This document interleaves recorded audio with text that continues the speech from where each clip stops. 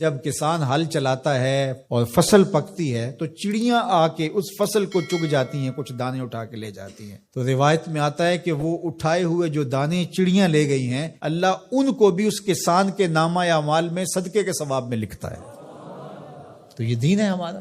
ما وعدہ فی امرأ فہی صدقہ، جو تم کمائی بیوی کو لا کے دیتے ہو، اس کے منہ میں رکھتے ہو، برگر کھلاتے ہو، تو بیوی کو جا کے تم جو چیز کھلاتے ہو لا کے، اور اس سے وہ خوش ہوتی ہے اور تمہیں بھی اس سے مسرت ہوتی ہے، تو فرمایا کہ وہ جو تم نے کمائی کر کے لقمہ لا کے بیوی کے منہ میں دیا اور وہ خوش ہوئی، تو فرمایا تمہارا وہ بھی نامہ اعمال میں صدقے کے کھاتے میں لکھا جائے گا۔ تمہارا دین تو کتنا آسان دین ہے، تمہارا دین تو اتنا اچھا دین ہے۔ صرف یہ ہے کہ نیت کے فرق سے میں نے کہا چور اور چوکیدار بنتا ہے، اس نیت کے قبلے کو درست کرنا ہے، اس لیے اس کو ثلث دین کہا گیا ہے، انما الاعمال بالنیات۔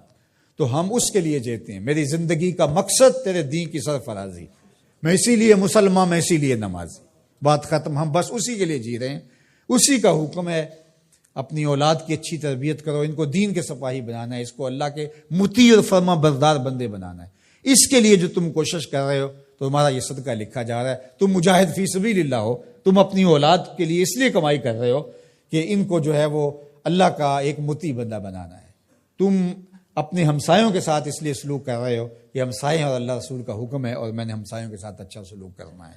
تم رشتہ داروں کے ساتھ نبھا رہے ہو ان کے تلخ رویوں کے باوجود بھی کہ اللہ رسول کا حکم ہے، لہٰذا میں توڑ تو نہیں سکتا، لہٰذا اللہ اس کا بھی تمہیں اجر عطا کرے گا۔ ان تلخ رویوں کا تمہیں تمہارے نامہ اعمال میں اجر و ثواب لکھا جائے گا جو تم سہتے ہو اور برداشت کرتے ہو۔ تم سردی سہتے ہو، تم گرمی سہتے ہو، تم مشکلیں سہتے ہو، تو یہ ساری تمہارا دین ہے۔ چونکہ تمہارے دین کو اللہ نے بہت خوبصورت بنایا ہے، تمہارا دین اور تمہاری دنیا الگ نہیں ہے۔ ایک صحابی کو حضور نے دیکھا کہ وہ بہت کمزور تھا، تو فرمایا کہ تمہاری یہ کیا حالت ہے، تم اتنے کمزور ہو؟ اس نے کہا میں نے اللہ سے ایک دعا مانگی تھی، شاید وہ قبول ہو گئی۔ فرمایا کیا ہوا؟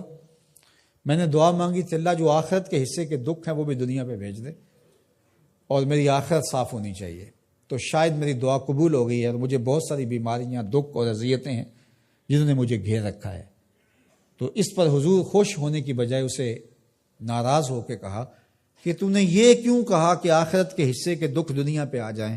تو نے یہ کیوں نہیں کہا ربنا آتنا فی الدنیا حسنۃ وفی الآخرۃ حسنۃ، اللہ مجھے اس جہان میں بہتریاں دے دے، اس جہان میں بہتریاں دے دے۔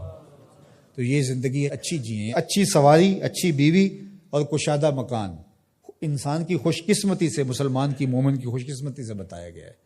اچھا اللہ آپ کو گھر دے، اس میں آسودہ رہیں، اللہ آپ کو اچھی فرما بردار نیک صالحہ بیوی دے، بہت اچھی بات ہے۔ اللہ آپ کو اچھی گاڑی دے دے تو اس میں کوئی گناہ نہیں ہے، کوئی برائی نہیں ہے، اچھی بات ہے۔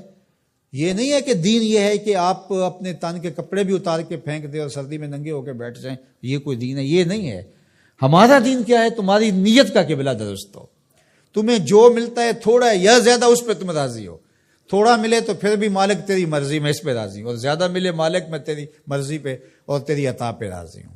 تھوڑا ملے تو صبر کرے، زیادہ ملے تو بانٹنا شروع کر دے، بات ختم ہو گئی۔ اور کاروبار کرے تو اللہ کی رضا کے لیے جائے، اور بچوں کو ایک اچھی تربیت کی نیت سے گھر سے نکلتا ہے۔ حتیٰ کہ جو کاروبار کرتے ہوئے مشقتیں آتی ہیں، ٹینشنیں آتی ہیں، پریشانیاں آتی ہیں، جھٹکے لگتے ہیں انسان کو، گاہک کے رویے کی وجہ سے کسی نے ادھار لے لیا، وہ پیسے نہیں دے رہا، بار بار اس کو کہنا پڑتا ہے، اس کے سخت اور تلخ رویے ہیں۔ یہ جو جھٹکے اور تکلیفیں اور جو ٹینشنیں آتی ہیں، اس تاجر کو اللہ کی جانب سے اس کا بھی ثواب عطا کیا جاتا ہے۔ تو یہ کتنی کرم نوازی ہے اس کی، اور کتنی رحمت ہے اس کی جو اللہ تعالیٰ نے اہل ایمان پہ رکھی۔